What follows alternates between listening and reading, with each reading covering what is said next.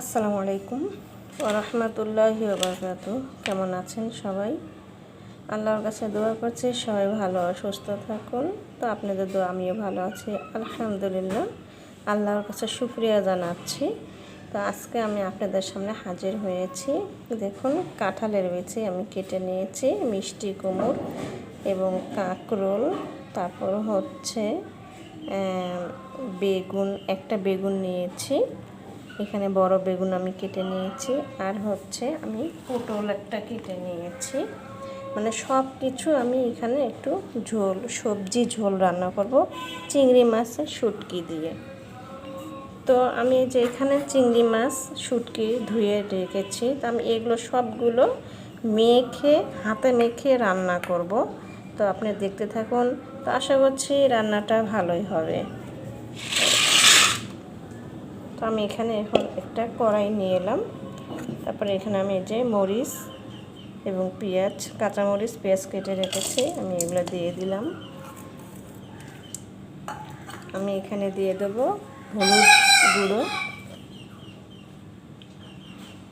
হলুদ গুঁড়ো দিয়ে দিলাম। তারপর আমি দেব শুকনো মরিচ একটু গুঁড়ো দিয়ে দেব, একটু অল্প দিলাম যেহেতু কাঁচামরিচ দিয়েছি। আমি এখন দিয়ে দিচ্ছি জিরা গুঁড়ো, তারপরে দিয়ে দেব ধনিয়া গুঁড়ো। এখন আমি এগুলি সবগুলো একসঙ্গে মেখে নিব।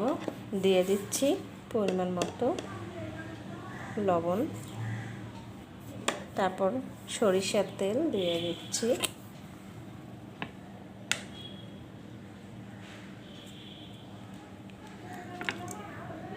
এখন আমি এগুলো মেখে নিব মশলাগুলো। আপনি হাতে মশলাটা যত মাখবেন ততই তরকারিটা খেতে সুস্বাদু হবে। আমি এগুলো ভালো করে মেখে নেব।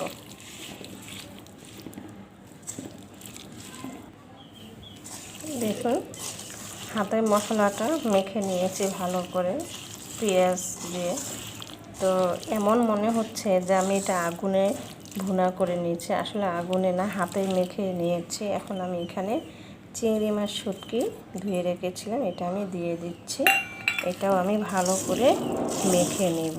এইভাবে হাতে মেখে নিলেই তরকারিটা মজা হবে খেতে। ভালো করে মেখে নিতে হবে।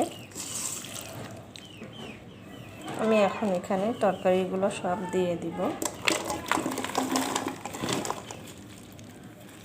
দিয়ে এখন এগুলো আমি মেখে নেব ভালো করে। দেখুন, তরকারি সবগুলো আমি মেখে নিচ্ছি।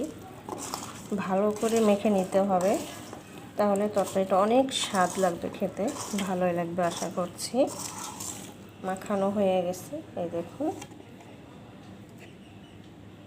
এখন আমি এখানে একটু কষানোর জন্য পানি দিয়ে দেব, শুধু হাতটা একটু ধুয়ে দেব, একটু কষিয়ে নেব। তো আমি এখন এটা চুলাতে বসিয়ে দেব। আমি চুলাতে বসিয়ে দিলাম। দেখুন, চুলাও করে দিয়েছি।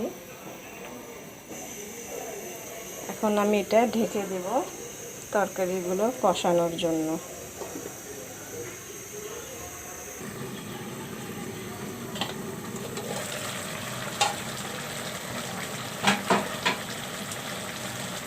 মিষ্টি কুমড়া তরকারিটা আমি চিংড়ি মাছের শুটকি দিয়ে এবং কাঁঠালের বিচি, কাঁকরোল, পটল দিয়ে আমি রান্না করছি। তবে হাতে মাখানো এটা ঝোল রান্না করব। আশা করছি ভালোই লাগবে খেতে। আপনারাও এইভাবে বাসায় খেয়ে দেখুন, ভালোই লাগবে। আমরা তো সবসময় বাগার দিয়ে খাই, পেঁয়াজ মরিচটা কষায় নিয়ে তারপরে তরকারি রান্না করে খাই। হাতে মাখানো কখনো কি সবজি ঝোল খেয়েছেন? একটু খেয়ে দেখুন, রান্না করে ভালোই লাগবে। তো এটা আমি কষিয়ে নিচ্ছি ভালো করে। কষানো হয়ে গেলে আমি ঝোলের পানিটা দিব। এমনিতেও পানি অনেক আছে এখানে, দেখুন ঝোলের পানি। তো এটা শুকাইতে হবে। তো আমি এখন এটা ঢেকে দিচ্ছি।